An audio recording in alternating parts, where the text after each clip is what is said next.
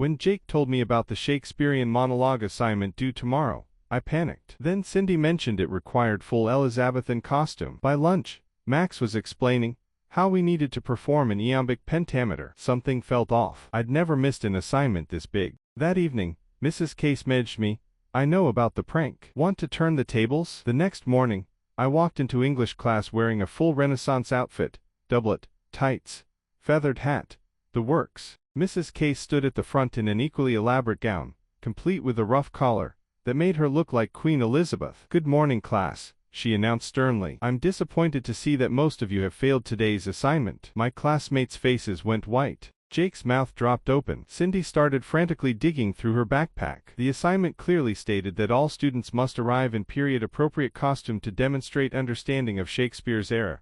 Mrs. Case continued, gesturing to my outfit. Only one student came prepared. The room erupted in protests. "But there was no assignment. This isn't fair." Mrs. Case let them squirm for a solid 10 minutes, occasionally nodding approvingly at my dramatic poses. I even threw in a few thous and these for effect. Finally, she smiled. Of course, there was no real assignment. This is what happens when you try to prank someone who checks with the teacher first. Most of the class looked relieved. Jake looked genuinely impressed. "Okay, that was brilliant.